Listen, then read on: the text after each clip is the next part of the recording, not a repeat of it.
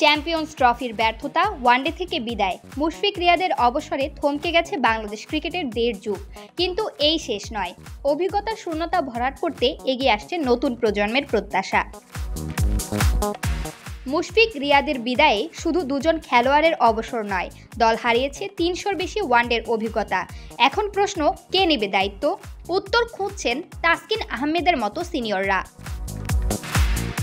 তাসকিন বলছিলেন, দুঃখের বিষয় হলো এটাই বাস্তবতা, বড় ভাইয়েরা অনেক বছর সার্ভিস দিয়েছেন, এখন আমরা যারা আছি আর সামনে যারা আসবে তাদের দায়িত্ব নিতে হবে, সময়ই গড়ে দেবে নতুন নায়ক।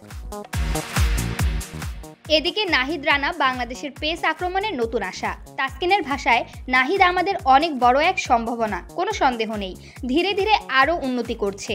ওর কঠোর পরিশ্রম, নিবেদন যদি ঠিক থাকে, আশা করি বাংলাদেশকে অনেক কিছু দিতে পারবে। এই তরুণী কি হবে আগামীর তারকা? অভিজ্ঞতার ফাঁকেই কি জেগে উঠবে নতুনরা? বিদায়ের বিষাদে ডুবে নেই বাংলাদেশ ক্রিকেট। তাসকিন নাহিদদের হাত ধরেই গড়ে উঠছে নতুন ইতিহাস।